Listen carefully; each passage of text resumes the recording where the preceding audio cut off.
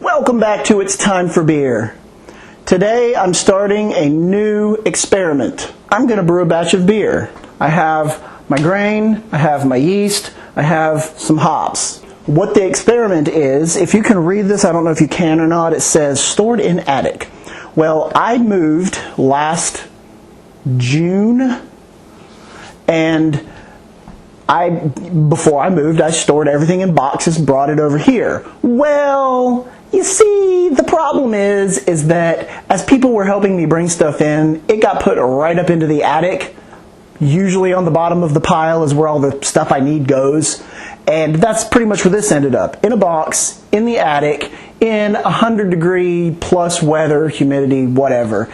I moved in June 2015. It's now November 2016. This came out about October 2016. Actually, I got this around probably February of 2013, so it's old and it wasn't taken care of. Here's where we're going with this experiment. This was stored in the attic, obviously not taken care of. Then I have my yeast. While the yeast was taken care of, it's been in the fridge, and before I got it, it was the homebrew store, and the homebrew store pretty much sells off anything that's older than 6 months for like $1. This says manufactured November 18th, 2015. This is exactly a year old, so this is considered old yeast.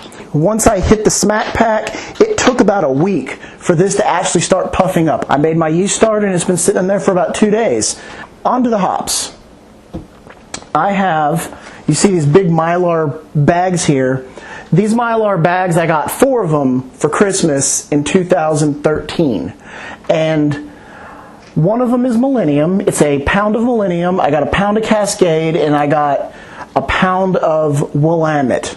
I actually got 2 pounds of Cascade, and those are separated in little packs like this in the fridge, vacuum sealed packs.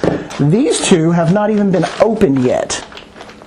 That tells you how much brewing I actually do. I don't get to it as much as I like to, and I used to work at a brewery. After I got these, I started working at the brewing. I didn't brew anything at all. I just had no desire to do anything with beer.